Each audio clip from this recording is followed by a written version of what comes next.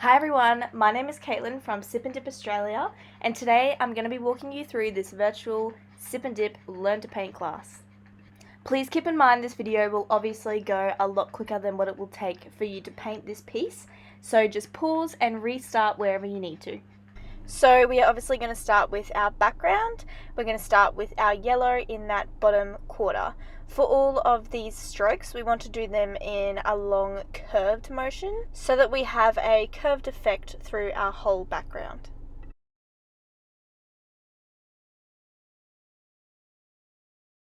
Once we have finished that with our yellow, we're going to do the same thing in these two middle quarters with our blue, leaving that very top quarter blank for now. And when we're happy with that blue in the middle, we're going to go ahead and add our dark blue to the very top section. Once we have that dark blue coming along nicely, we're going to lightly blend the dark blue and the light blue together.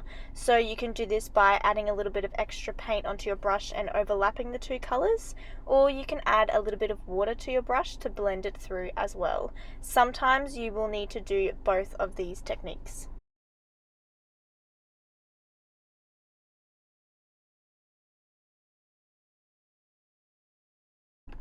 Once we are happy with that nice blended background, we're going to go ahead and add in our sharks.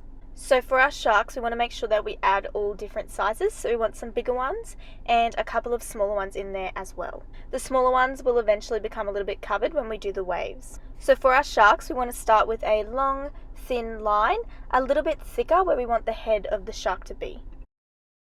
Then we're going to add a very small line on the edge of the head, and then two smaller lines on either side of that line. From there, you'll want to add on its fins on the side. So the fins will be a little bit thicker where it meets the body and then thinner on the outside, so like a curved triangle shape. And then just some smaller fins on its tail. So now that you know how to paint your sharks in, go ahead and put all different sizes around, remembering that those little ones will be covered up a little bit when we do the waves. To create some differences between your sharks, you can also make their body a little bit curved so it looks like they are swimming in a different direction. When you're happy with those sharks, we're going to jump in and do our waves. So after cleaning off that brush really well so there's no black, we want to get heaps of white onto that brush. Then we want to use dabbing motions as you can see here, and we want to start where that yellow meets the blue. If you start to run out of that white, simply grab some more. I find this piece looks really great the more paint you have built up in that white area, because it adds a little bit of texture to the painting and actually makes it look really cool and more like waves. So we want to keep doing that the whole way across. We don't want this white to be a super even line, so make sure you're moving it up and down so it's a wave that's going across. Another thing that makes this look a little bit more realistic, you could say, is some more white on the edge of your wave. So more white where it's meeting that yellow, and then more blended into your blue. Once you've done that wave, we want to add a wave onto where our sand is. I feel like I'm saying wave a lot.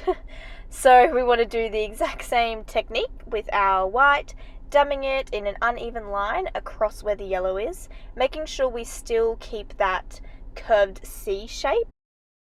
These waves really are a lot of that dabbing motion to blend it into the color that we already have on our canvas. Once we're happy with that yellow wave, we're going to go in and add any extra waves we want in our blue section. So this is where you're going to most likely cover some of those little sharks. But I feel like this just adds a little bit more dimension to the painting. It's more like the baby sharks are swimming inside the wave. So don't be scared to dab over them with that white.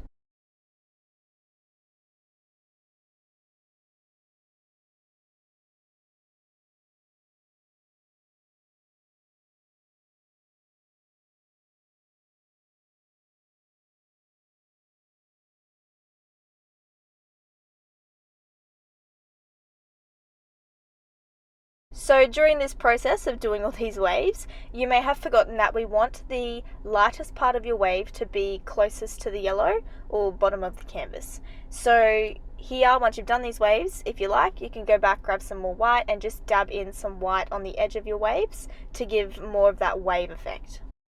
And once you're happy with that, you are done. Thank you so much for joining me today for this virtual art class. Make sure you share all of your creations on our social media. We love seeing your finished masterpieces, and I will see you next time. Bye!